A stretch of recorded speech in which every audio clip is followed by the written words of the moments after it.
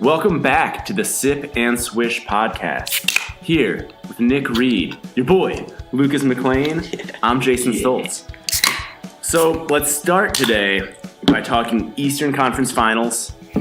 Last night, the Celtics beat the Cleveland Cavaliers 107-94 to take kind of a commanding 2-0 series lead. What were your guys' impressions, some takeaways? LeBron James came into that game in the first quarter. I was like, nah, this isn't a basketball game. Well, he dropped 23 points in the first quarter. That was the most fun first quarter I've ever seen of LeBron because he hit 4 threes, it felt like. He did. And they were all fadeaways. He did hit 4 threes. I'm pretty sure he missed only 2 shots in that first quarter. I mean, he missed 13 shots for the whole game. It just, like... He was kind of non-existent, though, that second quarter. I wonder why. I wonder if he got, like, a shoulder straight to the face. Yeah, Tatum tried to take him out, like, Meta World Peace tried to take out Harden. But that wasn't second quarter. No. Wasn't that... That was definitely after halftime. Was it after I halftime? think it was, like, beginning or, like, part way through. Because I was working during the first half, so I only got to catch quarters 3 and 4. I vaguely remember LeBron only ending at halftime with like 28 points or 29 points. Yeah, he didn't do much in the second. But that I remember reading the stat line and being like, that is a full game stat line from if any average player had that stat line at halftime, they'd be just like, wow, I had the greatest game of the year. Well, LeBron's like, no, this is my halftime, and I could have done better. I could have done more. He kind of had to, right? He had to keep pouring it on in that second quarter and probably throughout the second half if they were going to beat this team. The Celtics outscored the Cavs 71-47 post the LeBron injury. That's 71-47. That's really impressive, actually. Maybe that really turned the outcome of this game. J.R. Smith did. He shot 0 for 7. 0 for 7, 0 for 4 from 3. He did, like, JR hits 2 shots, and it's just, like, I think it's the momentum that he brings. Like, when he's hitting shots, he's just bringing this, like, swagger on the court. Like, all right, guys, we got this. He's their hype man. And when he's missing everything, they're just like, all right, JR, well, what are you bringing to us now? He's their Robert Covington. He is. He will shoot them in the foot. Spoken like a true Sixers fan. Think about the Kyrie trade now, though, looking at the box score purely. The trade for Kyrie has netted them 5 points in this last playoff game. All the players that finally came out of this, Rodney Hood scored 2, and George Hill scored 3 last night. Jordan Clarkson didn't play. Larry Nance scored 0. He had 3 boards and 2 fouls. And 11 minutes of action. The big point is LeBron James and Kevin Love scored 64 points, and they only scored as a team 94.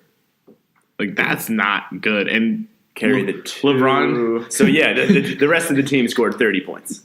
Yeah, no. And LeBron and Kevin Love shot over 50% combined. Like, so really efficient, not just chucking it. Yeah, they were doing really good. And the rest of the team sucks, and they cost me money. Whoa. Kyle Korver carried that second quarter when LeBron wasn't in the game. It was I don't know how it happened, but the Kevin Love, Kyle Korver, like, pick and pops really worked. And I just love watching Kyle Korver do like fadeaways at the free throw line. I don't know why it's so efficient, but I mean, he kind of teetered off, but you really can't rely on 38-year-old Kyle Korver to take over. I think every time you talk about Kyle Korver, his age goes up. He's probably 42 right now. Right, yeah, you said 38 5 seconds ago. Yeah, he's about 42. Yeah, he's a grandfather. Let's switch over to the Celtics, though. I mean, they were getting beat just by LeBron in the first quarter, but they turned it around the rest of the game, and I think everyone had a pretty good game. I mean, Al Horford didn't really he hit a few shots throughout the game, probably the first 3 quarters. I think he only had 3 buckets. He didn't feel as impactful this game because they brought out Tristan Thompson for the Cavs side.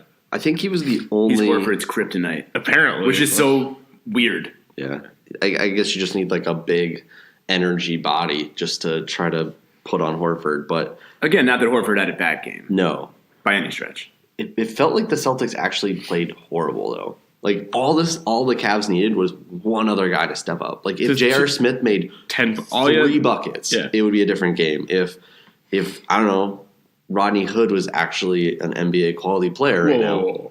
We're off the run. Rodney Hood doesn't exist. But Tatum actually looked purgatory. bad that first half. He looked Tatum was really not playing bad. very well. Scary Terry, he ended well, but I think a majority of his points came really late in the fourth in kind of like a garbage time scenario. I feel like the two best Celtics last night, at least in comparison to their standard play, were Brown and Marcus Smart. Oh yeah, Marcus Smart had a couple of those just like quintessential Marcus Smart plays where it was like the game, you could almost feel like momentum was shifting, something was about to happen, and then he would come up with a steal, and it was just those hustle plays. Like he's never even close to the most talented player on the floor, but man, he makes such an impact. He's like a miniature Draymond Green. It's fantastic. And like you said, Brown just was shooting crazy good. Yeah, had a really nice night. Smart was plus 21 in the plus minus. Oh, I haven't actually checked those. It was he was the highest on the team by far. I think second. This blog boy had a nice take without even checking the plus minus. There you go. Imagine that, KD. Horford was second with plus 14, but Smart came off the bench and had a plus 21 with 4 steals. I can't wait for the Suns to snag Smart in the offseason. It's going to be great. What do you mean you're trading for Terry Rozier? 2 first-round draft picks. I will die if the Suns get Terry Rozier. It will be terrible. Speaking of first-round draft picks, the Celtics have 4 next year. You didn't think I was going to 4 first-rounders. That is not where I thought you were going. No. See, I was bamboozling. Lucas had a smile on his face wearing his Steve Nash Phoenix Sun jersey right now, and it changed to a frowny face. But their picks are crazy. I think they have the Kings pick next year that's only top 1 protected. Yeah, one of them's conditional, right? Like they might only have There's three first-round picks. Like conditional, but it's like the Kings one's top 1, the Grizzlies one is like top 8. Top 8. And the Clippers is a lottery protected. And then they have their own pick. But if all of them convert, I don't know what the Celtics do. They almost have a scenario where they have too many assets, and they might go back to their, they don't ever want to talk about a scenario where Danny Ainge tried to trade 4 first-round draft picks for Justice Winslow. But I'm kind of feeling like he might do that. Like, Danny Ainge can only make so many perfect decisions, right? Without some consequence. I don't know, man. I worship at the altar of Danny Ainge. But think about the history of with his disciple Justice Winslow. If Pat Riley wasn't, if the Pistons and what was the Charlotte other? In Charlotte, 3 teams got offered 4 first-round draft picks for Justice Winslow, who now all 3 of those teams should be fired from the league for being dumb for not accepting that trade. It's true. Kind of accurate. Yeah, I mean, the Celtics' future is so incredibly bright. I feel like the Celtics' future is so incredibly bright that in part is why everyone kept betting against them, literally, financially, as well as, just with their picks and stuff throughout this playoff. Vegas has almost never had them favored in a single game. I don't know if they've been favored in a single game. They were maybe since the first round at one point. I don't even know. But Vegas has not liked the Celtics at all. All the talking heads have been anti-Celtics. But and I will say, and I've got tons of people that can back me on this, before yesterday's game, I said I'm taking the Celtics in the series.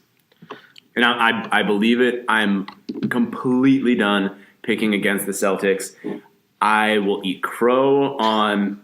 I said Philly might sweep them. Yeah. At least you and I said it, Nick.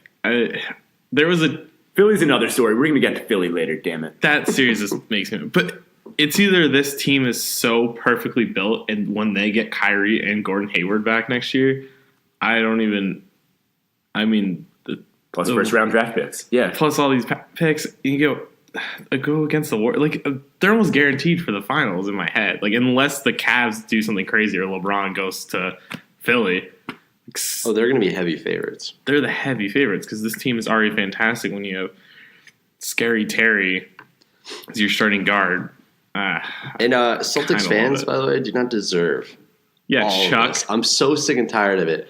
Our good friend Chuck... I don't even know after this trade if I can call him a good friend. He wants to trade Kyrie Irving, Al Horford, and all 4 of their first-round draft picks next year for Anthony Davis.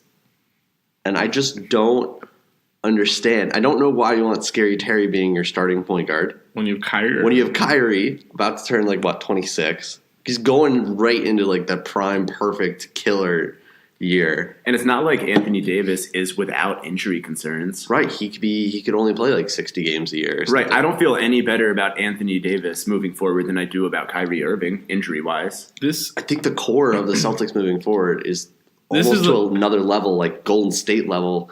Where you just don't fucking touch it. Where you can't touch it. You just pay everyone. You just keep going through it. You go through the motions. You convince them to take a few pay cuts here and there. Exactly. But this is a squad that could go 4 straight. 4 straight NBA finals. Yeah. Going back to Vegas really quickly. Vegas still doesn't believe in the Celtics. They're 6-point underdogs going into next game. I believe it though. They've won. They just blew out of them twice. No. But their whole thing is when they're on the road. They're 5-12 in the Brad Stevens era on the road, and this playoffs they're 9-0 at home. Right. So if they were 6-point underdogs at home, I'd be okay, Vegas is drunk. But in Cleveland, it is a little. I don't know. I feel like he's already dropping drunk accusations. Whoa. 11 and a half minutes into the pod. I just feel like a quarter of my seltzer 6 dog. It doesn't make any sense to me. I don't like that at all. They just want people to buy into it. They're just yeah, take it. And they got me last night because I was literally flipping a coin. It was the pick'em, and I was just Cavs or Celtics. I had Celtics locked in for probably 45 minutes. I'm just sitting there but LeBron game 2. And I was almost right. He dropped 23 in the first quarter. So let's look ahead at this series. How do you guys see this playing out? For me, I think it really all hinges on what LeBron we see in game 3. And it might start out as one LeBron, and it might finish as a totally different LeBron in the sense that I could see him becoming that just kind of despondent, a little unengaged, just you guys win it. I'm tired of carrying you. I can see you that. You guys win this game, and if you don't, then so be it. I'm out of Cleveland anyway. If they get down by more than 15 in the first half, that's the LeBron you're going to see. He'll still end with a beautiful stat line, but there'll be no defense. He's not going to try those chase down blocks anymore. The bullet pass LeBron. Yeah, he's going to be chucking balls at his teammates' faces, just hoping to break a nose. We're talking eye rolls, scouts. It's crazy to see, though, because after that Windhurst article about how much LeBron rests during the games, and I was just watching the game last night, I'm LeBron's not going to leave that 2-foot radius. And he would just stand there. The ball would swing all the way around. He's just I'm resting this play. I'm not going to put my hands up or anything. The only problem that I guess obviously he understands, but his team is so bad on defense and specifically team defense that if he's not 100% engaged, they're really screwed half the time. What if LeBron actually didn't try to rest his body in some of that game? Just didn't, he didn't leave that 2-foot little zone he had. He needs to do that a majority of the game to keep team defense alive. They're just giving up buckets at points. I don't know if he can do that while still being the offensive juggernaut. While still dropping 42 points. Yeah, he can. I don't know. With the mileage on his legs at this stage in his career. He's a freak. He keeps his body in amazing shape. But nonetheless, it's a lot of NBA minutes. So where do you see the series going? How do you see that? The Cavs had 2 steals last night. I should rephrase that. Larry Nance had 2 steals last night. Yeah, no, the invisible man. The team defense is terrible. Like I said, I see Celtics winning. I'm going to say Celtics in 6 or less. I don't even think it makes Game 7. I think Celtics in 5 feels like a solid bet because I think Cleveland can pull together for one game at home. Probably Game 3. If they're going to win one, it's going to be Game 3. Because if they go down 0-3, that's talk about LeBron checking. Yeah, that also plays into the +6. It's Game 3. It is the must win. Yeah, it's the must win. Right. I think it goes 7. I think Cavs goes 7. I think Cavs win at home. Do you think who wins the series? I think if it goes 7, actually, no. The team that's up 2-0, the Celtics are 37-0. They've never lost a 2-0 lead like this. So Celtics, In like franchise history. And the last time LeBron was down 0-2 was against the 08 Celtics. 10 years. Bring it back. Get LeBron out here. The Celtics are going to the finals. I was waiting for Nick to say something about circadian rhythms or something. Every 10 years, it just comes back around. LeBron in 2028 will be the next time he's not in the NBA Finals. That's right. I just brought cicadas into an NBA podcast. It's very You won't get impressive. that anywhere else but the Sip and Swish. Indeed. Cheers to the sip and swish. Cheers to the sip and swish. So, last night, NBA draft lottery. We'll let Lucas talk about this a little bit. Go ahead. Just go ahead. So I had a Take heart attack Mobamba. the whole time during this draft lottery process. Heart attack. It really did have a heart attack. It Since was the fact that the draft lottery starts at 7:30, oh, that was frustrating. and they don't do the draft picks until 8:15. Yeah, that was a long wait. Way too many interviews that I didn't want to have to even watch. I didn't have to hear them, but I think during the whole thing, I was ready for a team to jump. I really thought they were going to give the Knicks like a top 3 pick. I really thought that was going to happen. I thought that jump was going to happen, but instead, the Kings jumped from 7 to 2, and the Hawks moved up 4-3. But as soon as the Kings moved, I was instantly ready for like, all right, the Suns dropped to 4. This is it. This is the worst moment of my life. This is how We it all got ends. another 4th overall pick. Yeah, again. But now it's between Ayton and Doncic. And I really don't know who I want, but I know it's going to be Ayton because there's no other way. Like the Suns have a need at center. He's the hometown boy. He was the best player in college. There's no other option. It has to be. They made it Ayton. really far in the tournament with him too, though. No, they didn't because their whole team is trash. I mean, the- Simmons made it really far in the tournament too. Yeah, and look how he did in the playoffs. We'll get to I the think- Sixers. I think- We'll get to them. I think Simmons is still fine. I don't think you Nah, knock he's- Simmons by he's- any college I play. think you should trade him. I'll take To it. who? Your Lakers? I'll give you one Lonzo Ball. Yeah, right. He did well in the tournament as well. So how do we feel? How do we feel about the Sixers moving forward? We will get to Western Conference Finals right after we kind of do some Homer discussion real quickly. But people are still talking about the Sixers. I don't feel like it's that ridiculous. I almost feel like they kind of became America's team during this playoffs. I feel like everyone was betting money on them. I blame Bill Simmons. Oh, Bill Simmons got me hyped. I love Bill Simmons, but yes, I mean he is at fault for the Philly hype. Yeah, I mean I'm hyped for them. I think they are a player who can create their own shot away from being on that next level.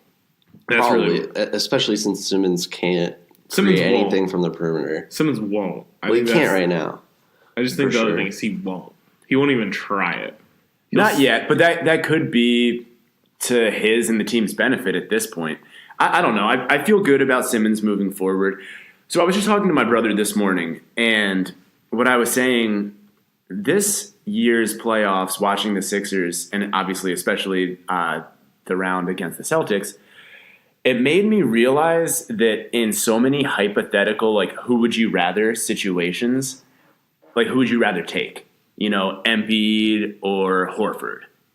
And it's like, the only time I'm ever taking a Sixer in these hypothetical situations is when you expand it to like 5 years. Right. Like, I'm never choosing, Ben Simmons or Joel Embiid based on what they've shown me so far. Not in a vacuum. I'm only ever choosing them in these hypothetical who would you rather takes based on their age and their ceiling, which is scary because then you look at the Celtics and there's plenty of like hypotheticals, like who would you rather? And I'd be like, yeah, Jason Tatum. Sure. Al Horford. I would love Jason Tatum on my team right now.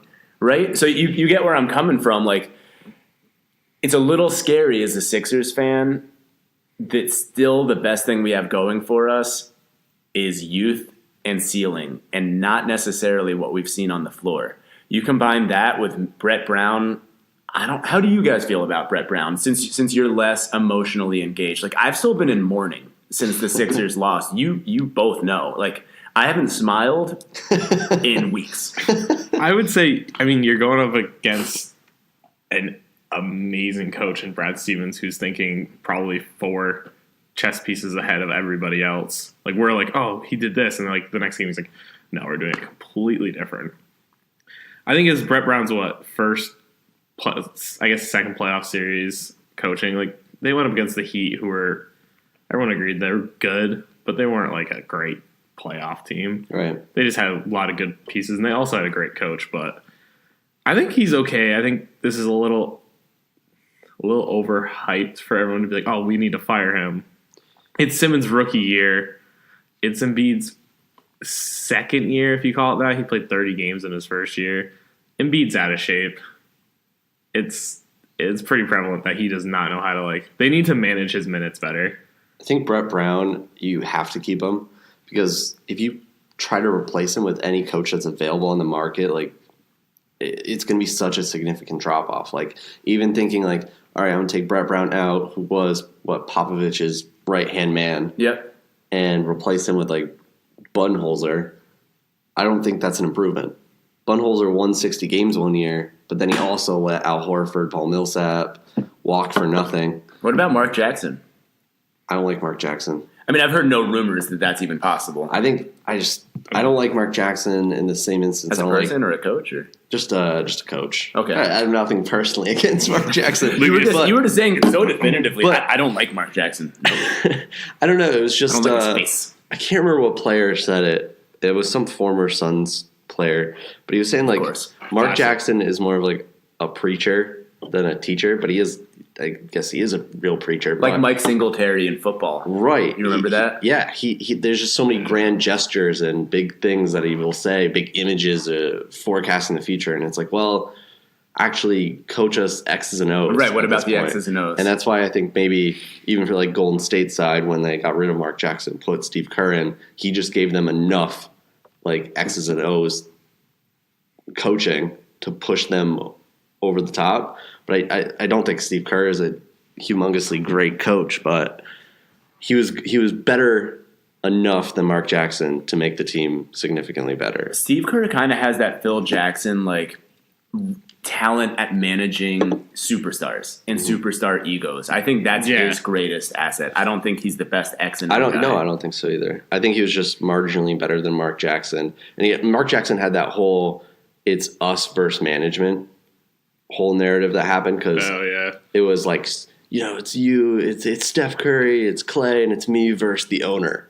And then the owner was like, no. It's a great way to get fired. Yeah, exactly. And so then, and after that season, they were like, okay, I don't care that you made the second round, or we're 3 plays away from the conference finals. You can't just openly have the players revolt against me. I think the thing that Steve Kerr gets knocked for is the fact that the Warriors did win 57 games before he got there. And then he gets there and they win their championship.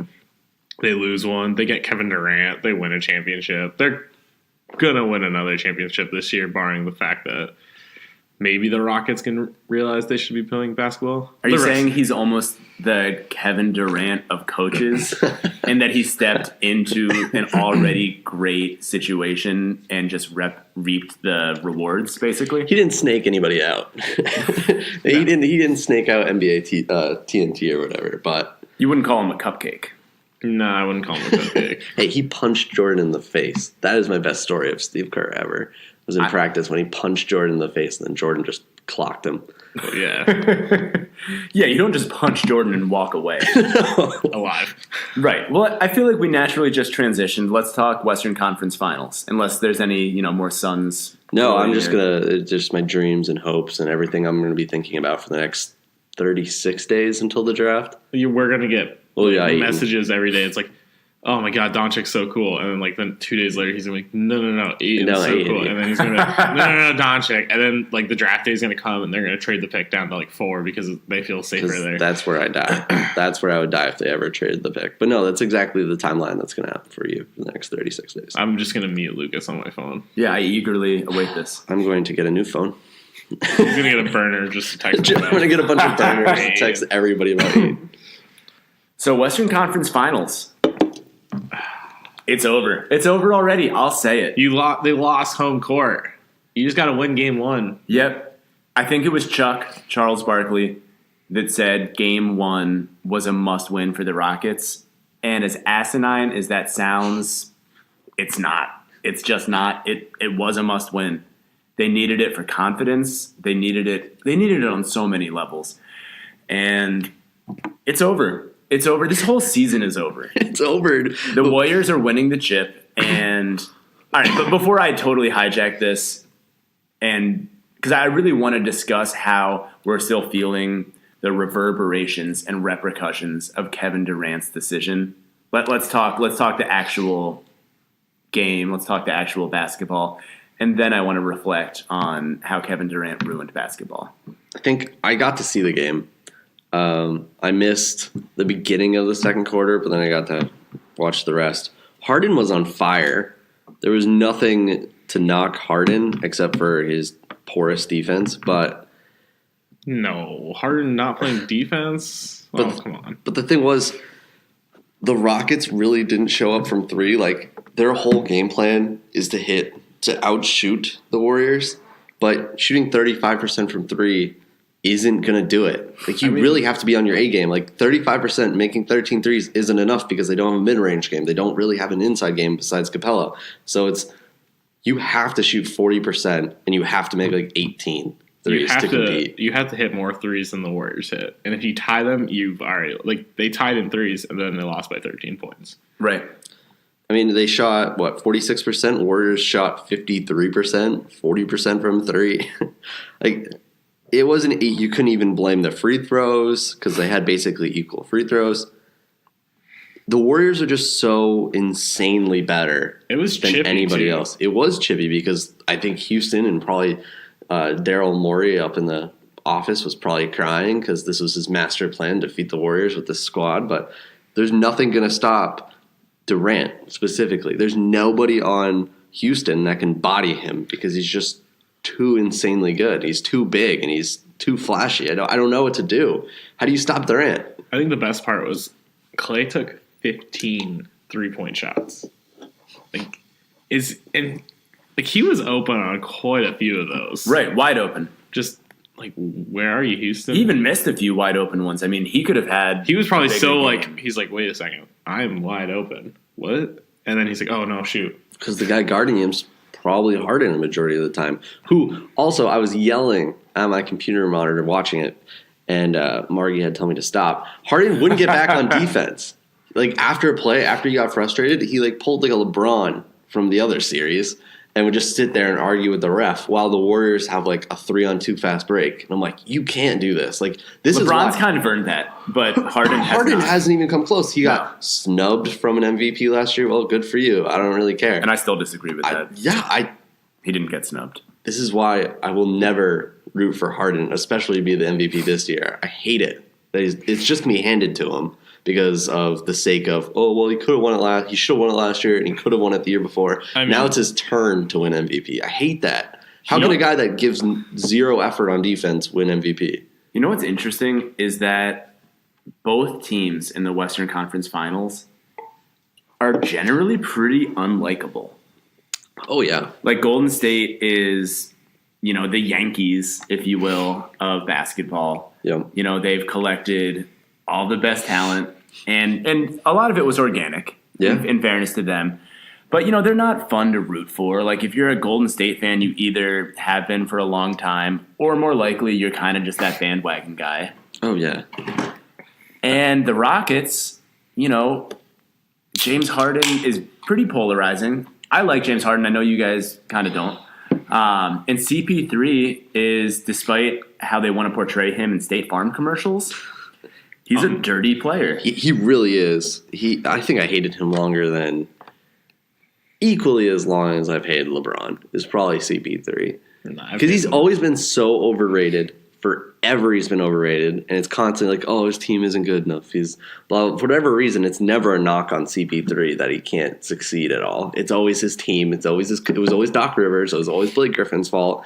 I disagree that he's overrated, just for the record. It's never CP3's fault in anything, though.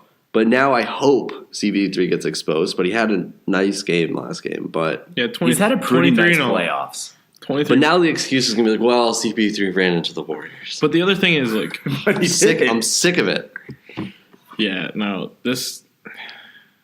I was like high on the Rockets for a little bit there, because it just seemed like, all right, this could have just been an anomaly game. Like they could go into tonight and they could hit like 23 pointers and just the Warriors just can't keep up, which the Warriors can because they have this man named Kevin Durant who's like not going to ever score 39 points because every time he scores 39 points, they lose. I think Houston at this point needs to bank on Clay and maybe Draymond getting bored. Actually, Clay and Curry, I think, are the two players that at this point you've seen them go into games being like, we're just good enough that we can just go through the motions and win games. I think they could sneak out maybe game 3. Maybe they could sneak out game 2, just being like, It's going to be so hard for them to win at Oracle, though. But I've seen the last few games where Durant and even Draymond has gone up to Curry, like just screamed at his face, like, what are you doing anymore? Because Curry's pretty disengaged. Either his injury, he's not 100%, which I don't think he is. No but way then, he's like, 100%. on defensive switches, he's not switching because he's just thinking like, that guy's going to miss because they're not as good as I don't us. know if it's as much of like he's disengaged or it's more like Kerr's like, if you have to like overexert yourself to get to that 3-point like shot block attempt, like just stand there, just let him shoot it or hey, it's PJ Tucker out there, whatever.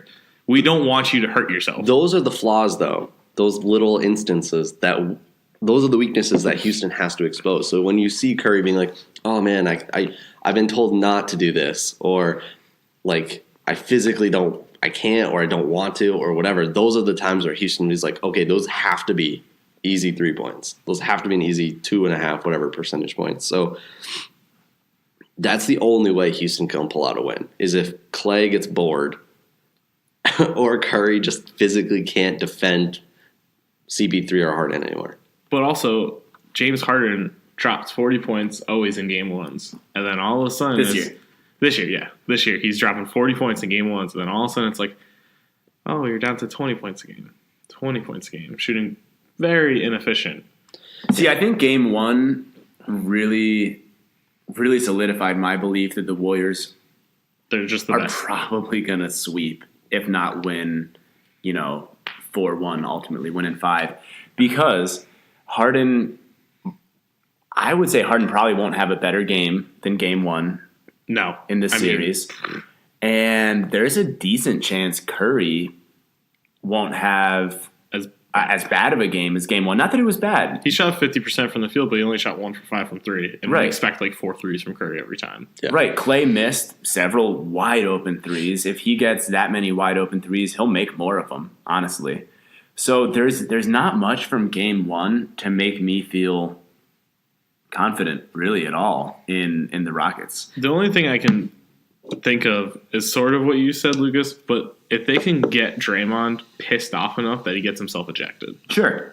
Like absolutely. you ruffles, like he got a technical in the first quarter? In the first, it was so early. I think it was within a minute. I was like looking, I was like, wait, did he just get a technical? Did you guys foul? catch that live? Because I did. Yeah, I was sitting up at the bar and I looked up and I was like, wait, did he just, what just happened? I took a sip of my beer. How did this? It was bizarre, and it's why I just will never be a Draymond fan. No? Because I'm a fan of, and I'm old enough that I lived it. I'm a fan of like 90s style basketball. I like hard fouls. I like, if you come into the paint, we're going to knock you around a little bit. The Jordan rules. But that's not what that was.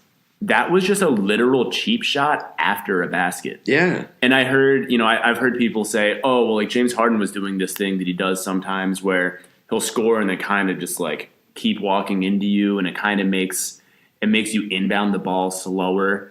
So it's like a tactical advantage. I don't care.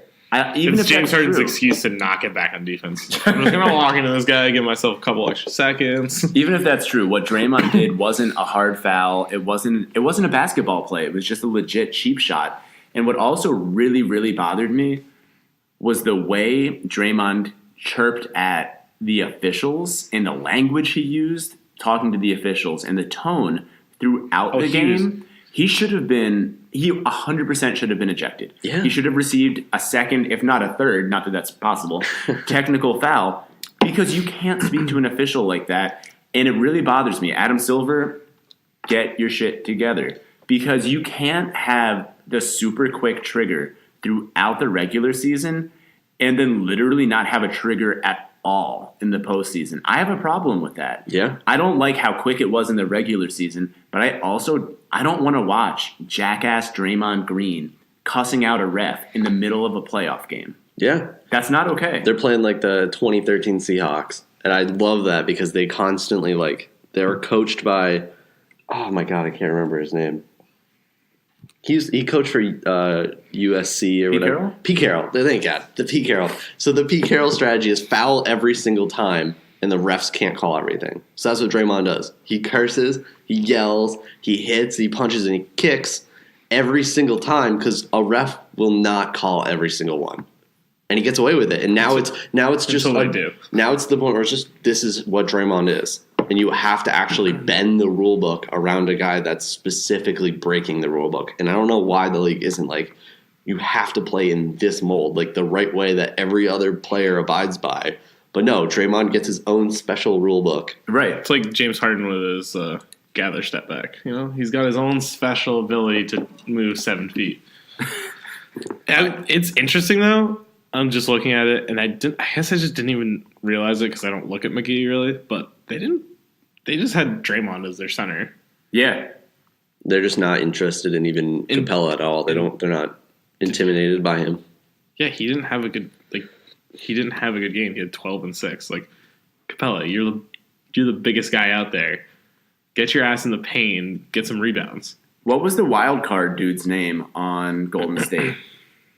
He didn't play a lot in the regular season. But he killed it in game 1.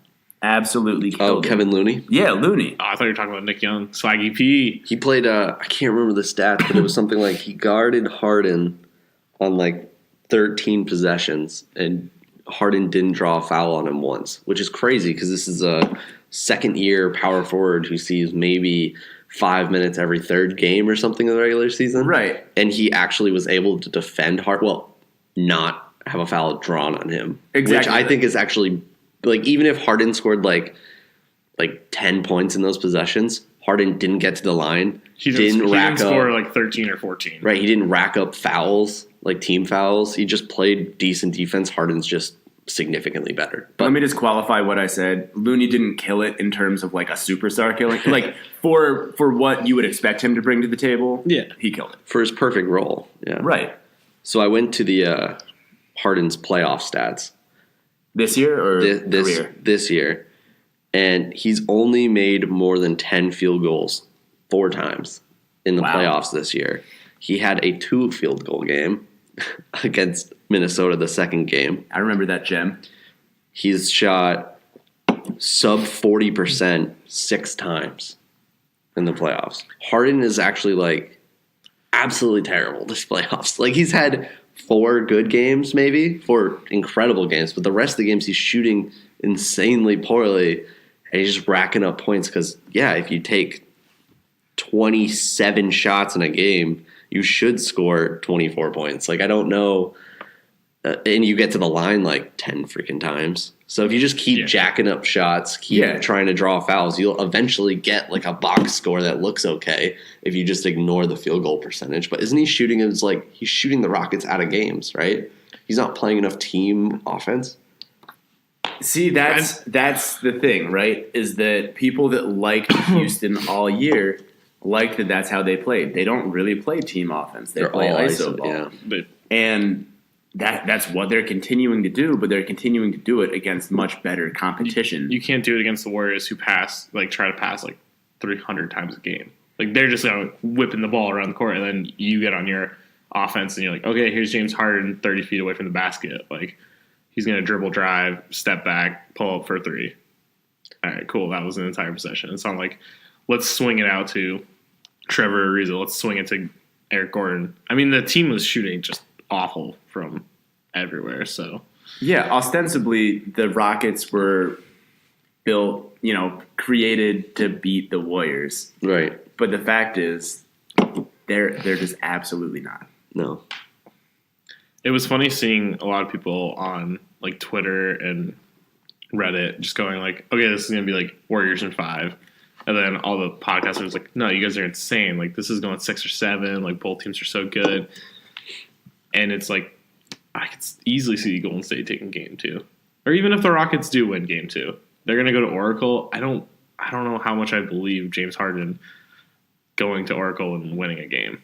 The Vegas' money line is really funny. It's like Warriors are plus 100, so whatever, they're even, right? And Tonight, yeah. And the Rockets are favored negative 120. But I'm just ready for game 3's odds, and it's just going to go like Warriors plus Warriors minus like 440, and the Rockets will be like plus 500 or something. Yeah. Like it's just gonna blow up if the Warriors win this game. They're just gonna think, no way are the Warriors gonna lose at home. That's just not gonna happen. I feel like this playoffs has really shown us how much the Warriors did not try in the regular season. Yeah. And I feel like that's what kind of lulled a lot of people, myself included, even though I expected them to probably reach the finals. It lulled everyone to sleep on them a little bit. You know, it let Houston was dazzling in the regular season. So it kind of let people buy in. But then all of a sudden it was playoff time. And Draymond Green is just like, oh, you know, it's the playoffs. I'm going to be the Draymond that you expect. Right. And he's a fucking menace out there on the court. No one wants to play against playoff Draymond. I think I fell into that really hard because it's not fun to begin the season looking at like every team's roster, and then you get to Golden State and it's like, okay, you have 2 MVPs in their prime. Yep. And one team surrounded by 2 other All-Stars. And it's like, there's no doubt in your mind that this team is going to make the finals. And then you actually have to sell yourself on the Rockets. And you have to sell yourself on, well, the Pelicans have Anthony Davis, who could be an MVP one day. Oh my God, that team is so much fun. And they take a game. And it's like, you find yourself, because you love the NBA, you don't want to be Cavs Warriors Part 4. Part 4, when I guess now maybe it won't be, but you're still getting Warriors Part 4. I don't want that. I'm sick of Warriors. It was like I was sick of the Miami Heat, and I was sick of Spurs Miami, and you know, this is like, I just keep wanting different things to happen, but I know at the beginning of the season that it was always going to be Warriors in the finals, and most likely Warriors just killing it. And we just sold ourselves on all these lies. I think that's a great take, and it's completely, at least for me, completely accurate. Yeah. That any doubt in my mind that the Warriors would reach the finals, let alone, you know, win it, really stemmed mostly from an emotional desire for that not to be the case. Yeah. So that's a perfect segue back to what I wanted to quickly touch on, which is the Kevin Durant decision. Oh, yeah. I mean, I feel like this is why he took so much flack. You know, and in part, he took flack because, one, it was just lame. It was really lame. You were up 3-1 in Western Conference Finals, I believe. It was. To the Warriors. You guys blew your 3-1 lead.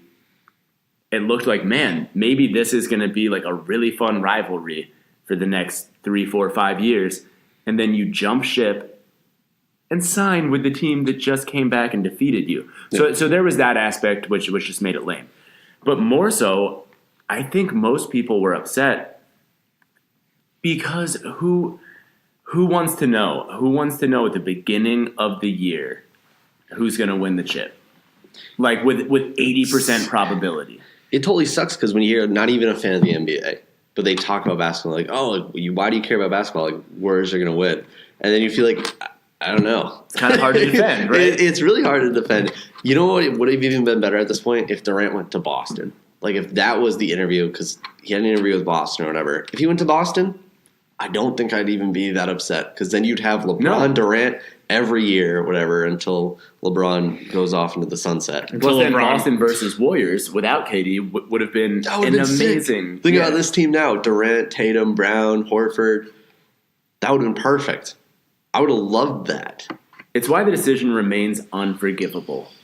It really is, because it'll ruin the next maybe 4 more years of basketball. And you know what's fucked up? I think Kevin Durant knows that. He knows it and he doesn't care. Yeah, because Kevin Durant doesn't actually give a fuck about what everybody... Like, he cares what people think. No, he really does care. He cares, no, but he... Yeah, see, that's where I disagree. He's a giant I think Kevin bitch. Durant No, but really cares. I think he cares, but then at the same time, he's just like... He was going to do it anyways. Like, he's like... I don't know. I think he's a giant emotional lesbian, and I can't stand him. Like Boogie, except I love Boogie more. And I love lesbians. I don't even know. That's a Bill. That was a. What do you mean? That was the Bill Simmons and Jalen Rose. What are you yelling at me for? He's like, Nick, bail me out. Bail me out. Anyway, I love lesbians. I don't know about Lucas. Oh God, here we go. Lucas is against lesbians? Is that what I heard? Wow. That's the narrative. That's what all of our listeners are going to take away from this podcast. Not Lucas's really solid takes or his insight. It's just that he's kind of anti-lesbian. God damn it. I just think... God damn it. I'm going to just start glossing over this. Yeah, good choice. There's so much you can blame on Durant, but there's so much more you can blame on the stupid ownership of the Thunder. You could still. I mean, they were terrible, but I'm not ever bailing out Durant on this. Like, I'm not going to go full Bill Simmons and just agree with Durant on everything. I don't agree with him on going to the Warriors. I think he was a pussy-ass bitch for doing that. Yeah. I think he should have went to the Celtics and been with his boy, Al Horford, because they're like homies. Is that true? I didn't know that. Yeah. Al Horford was going to sign with OKC. Yep, it was Al Horford said, like, I'll go wherever you go. And then Durant had the interview with the Celtics. And so Horford signed with the Celtics. And wow. And then Durant's like, no, I'm going to Golden State. Psych. But then Al Horford's in a better position for himself. I mean, Durant is really a bitch, though. Like, he had those burner accounts to defend himself on social media. Like, the amount of evidence that Durant has no, like, mental stability in what people think of him. Like, no matter what he wants to say, the actions prove differently. The only thing that could ever save face is if you pulled a LeBron, which I would never even, like, me personally, I wouldn't even forgive him for that. But if he went back to OKC, rejoined Westbrook, that would be the only thing that they could do. That's it. That's how his career is going to play out. Think about the LeBron decision now. Like, he did it in, what was it, 2010? 2011, right? Yeah, it was the 2010-2011 season. Yeah. So he went in, it was 2011-2012 was their first season, right? Or was it 2010-2011? 2010-2011. Okay. Because the 2011 season finals was Dirk and... Yeah, okay. So think about LeBron doing that now with the way social media is so much bigger than it was back then. Like, Twitter was, like, coming up, and it was like, LeBron would be fucking... I don't think LeBron would handle it the same way he does now. Like, he had the media, all this stuff, but, like, outlandish against him. They're just, like, hating on the way he did it. Everyone was. But if he did that now, I think it would be, like, 10 times worse. I don't think LeBron would be the same way he is right now. At the time, he was beyond hated than anything ever. Yeah. But, like, and he did it on television. He had his own television show about him going to Miami. Which was arguably his. But I feel like mistake. he just. Oh, that was the biggest mistake. It wasn't that he went to Miami. It was the way in which he did it. Yeah. I was looking forward to the television program. I'll admit it. I was. I watched it with my then girlfriend, now wife, and we were both hyped. And I just remember kind of getting halfway through it. I think before he even said where he was going, and looking at her and being like, "This is the worst thing I've ever seen." Like, you could feel it in real time. Even before he said where he was going, you could feel like, oh, this is not good. Like, this is a big, big mistake. Yeah. And then come to find out, it ruined him for a year, if not 2 for most people. I think it changed him. Like, he became he turned into the villain for 1 year. And he really did. He loved it. He loved it, and Durant can't stand being the villain. Like, he needs to be loved, or else he just collapses. I don't even know if he can't stand being the villain, but it's just like, you don't have that LeBron-esqueness. Like, you're not LeBron. There are a lot of players in the league that can really thrive in that villain role. Like, I think Westbrook can, because he has. I think a lot of players actually at Westbrook. And I think he loves it. Westbrook genuinely doesn't care. He genuinely He doesn't care have about to anything. he doesn't have to try to not care, or he doesn't have to talk about not caring. You just see it. He doesn't care. He doesn't care. And I don't know if I agree with you guys. I don't think round exits. I don't think LeBron enjoyed playing the villain, to be honest. I don't think he liked at first I don't think and he I don't did. think it was the best version of him either in terms of what it did on the court. Long term, is he maybe better today than he would have been without kind of that whole journey? Maybe, but I don't think it was a benefit in real time. Yeah, that first year was rough for him. Yes. But the year after they lost to Dallas, I think that was the best. Losing LeBron. to Dallas was the best thing that happened to LeBron. Right, it was a little humble shot to him that he wasn't the king of the world. Yeah. And So since we totally sidetracked on LeBron, Lucas, why don't you close out this pod by telling our listeners about your generational conversation post yesterday's game with your dad? Oh, yes. So on my way back home, I talked to my dad about Jordan versus LeBron. And it was great because we both had a couple drinks, and it was just a great conversation. It was great because I've never seen, I wasn't blessed to see Jordan play live ever. All I can do is watch YouTube videos and try to think, like, how would it work now? The forthcoming 10-hour ESPN documentary. That I'm going to watch about 6 times. I'm so excited. It's going to be great. But, like, all I know about Jordan is really, at the end of the day, like, he's like not like a fairy tale, but it's like a legend. It's something, he never has any flaws. And you kind of get that. Like, when my dad was talking to me, that's it. Like, Jordan has no flaws. It just felt like he could walk on air was the quote my dad said. And like, my argument was that LeBron is the Jordan of this era. He's the one constant that's always there in the finals. He's always there to destroy the best teams that will defeat him. It's always LeBron being like, I'm going to stop you. And so I was saying, like, this is kind of the end of LeBron. This is the end of our Jordan. And then he was saying, like, no, like, you see LeBron bleed. Like, LeBron doesn't win every year. You've seen, like, Dirk beat him. We've seen Tim Duncan beat him. We've seen the Warriors beat him. LeBron's bled a lot. Like, he's not untouchable like Jordan was. And when I always look back, I'm like, but Jordan left. And he's like, yeah, but at the time it didn't feel like it mattered. Because he had accomplished, like, the biggest task in the three-peat. And then he was like, I'm just going to take a break. Well, the loss of his father. Yeah. Lost his father. He just took a break. And he's like, that's just a human thing to do, is take a break. And then he came back, and he did it again. And it was like the greatest little story journey ever. And LeBron will never have that because probably social media has destroyed the comparison, really. Because I don't know if social media with Jordan would have been the same rule. There's so many ifs. But, like, if you take both things in a vacuum, which probably you just have to at some point, LeBron can never achieve what Jordan did. And I don't know if any player ever could unless a player came in that was 6'8", that could make jumpers like Jordan and would win for, instead of a three-peat, he won 6 straight years without a break. I'll tell you a surefire way that I, as someone who, my all-time favorite athlete is Michael Jordan, I did live through and watch at least the last three-peat. I mean, I was pretty young in the first, but I've watched a lot of Michael Jordan literally live in person, like in the arena, but also tons and tons of Bulls games because they were on national television a lot, as you can imagine. The surefire way that I would actually say LeBron James has surpassed Michael Jordan, LeBron James wins the NBA Finals somehow this year.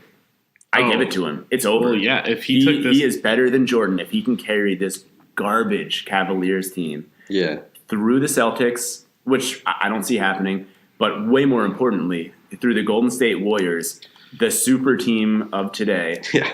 Cool. You're better than Jordan. I'll give you that. But until he does something that's at that level, the rings and the number of finals losses will always keep him under Jordan for me. So he needs to do something that spectacular. So I think LeBron getting to his eighth straight finals right? Yeah, this would be his seventh straight or eighth? Eighth Straight finals, his ninth overall. Yep. But that's like the Jerry West argument. Jerry West went to every single finals when it was his career, but he never won. It's like, or he only won one, but it was like, no, he never won at all. Or like, how many rings does Bill Russell have? Bill Russell has a ton of rings, but he only played 8 teams. It was like, yeah, I don't know. LeBron has to become like a legend. But when, in 15 years from now or whatever, and I have my kid or whatever, and I have to explain to him about basketball, he's like, oh, LeBron's amazing. And then I have to tell him no. If you do tell him no, then you're just... No, but it's if he says, like, he was the best player ever, and then I have to, get a switch or something, and beat it out of him. But I think... Adrian Peterson. Okay, yeah, that's what I was pulling. But if you look at... Say LeBron does something, maybe not this year. He can't do this year again, I don't think, for like 3-4 more years. But if he does something like 25, 6-6 for like the next 4 years, like he goes 19 straight seasons like this, I think there is something like, you look at the finals, maybe he makes one more. He doesn't even make this year. Maybe he makes one down the road. He doesn't leave Cleveland. They just retool somehow. Oh, he's leaving, but go ahead. But, I don't know where. But I think there is something to that point where if you look at the longevity of the fact that he's been doing this for 15, maybe 17, 18 years of being this productive all the time, never having a major injury, it's just like you combined, because no one counts those Wizards years for Jordan. There's just the Bulls years, really. Like, those Wizards years are there. Like, yeah, whatever. People want to forget about those. It's just, they happen. They weren't as bad as people try and dismiss them as. They weren't great. They were not great. But even if LeBron goes into that Wizards sort of era, like his dwindling years or whatever, not being peak, whatever, I don't think this previous work of art, the work now, isn't enough to pass Jordan.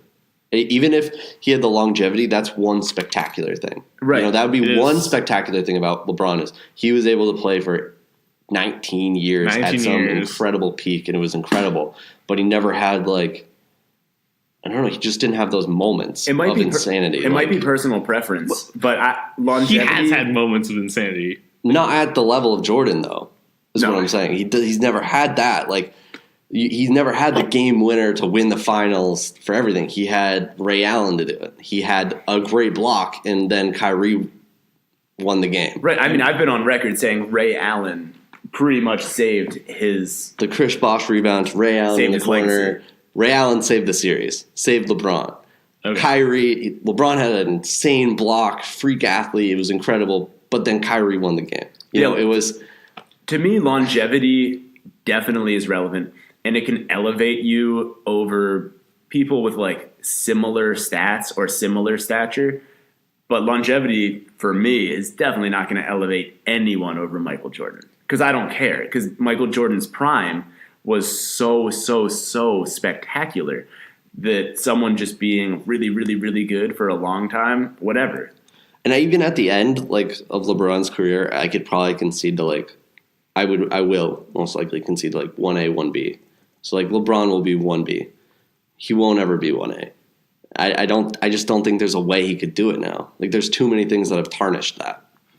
But you agree with me if he carried them to the finals this year, a win in the finals, beat this Warriors team, that would be the spectacular moment. He's the greatest that would be the moment. That would be like the Mount Olympus.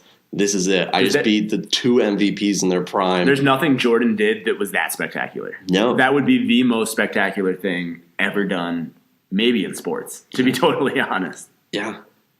I don't think there is a player. Like, I don't think you could. I don't know if you replace Jordan and LeBron on this team. I don't know if they get as far as they did. I don't know, but that's hard because you'd be swapping. You'd have to play the same game, right? So you'd have to play LeBron in the 90s. And then you'd have to. So I don't know it's so hard how to everything go. Would correlate like that. Like, you can't just put, like, Bill Russell in now because Bill Russell was only like 6'8", so he wouldn't be the biggest and most dominant There were way center. too many white dudes when Bill Russell was playing. So it's like it's really hard to translate like that. So I think I still think if you put Jordan in now's era, I don't think it would be fair because I don't think anybody can guard the mid range, and nobody's as skilled as Jordan was. His mid range game, just dirty. It was unstoppable at the time, right, in which like you had to double. So like, and Jordan wasn't just going to pass out of every double. So didn't have to. He didn't have to. He'd score double mid range. It was just I just wish I saw him instead of just endless YouTube clips. Lucas, I'm so happy you brought this conversation up because it put the smile on my face that I needed since the Sixers lost. This is the first time I've smiled. I got to talk about Michael Jordan for the last 10, 15 minutes of the pod. Yep. Only on the Sip and Swish would you hear this discussion right now at this point in the NBA season. In the NBA playoffs. So you're welcome, listeners. Jordan versus LeBron. It was super fun. Nice to be back. It is good to be back. Well, thanks for listening. Hopefully we'll have a great Warriors win tonight, even though it won't matter because my parlay is screwed by goddamn LeBron James. No, I don't even blame him. I blame the rest of that team. Fair. Make sure you check us out on Twitter at Sip and Swish, Facebook, Sip and Swish NBA. We're on wherever you get your podcasts, so make sure you follow, subscribe, whatever you got to do to get us on. And we're on Spotify. Check us out. Hit the download.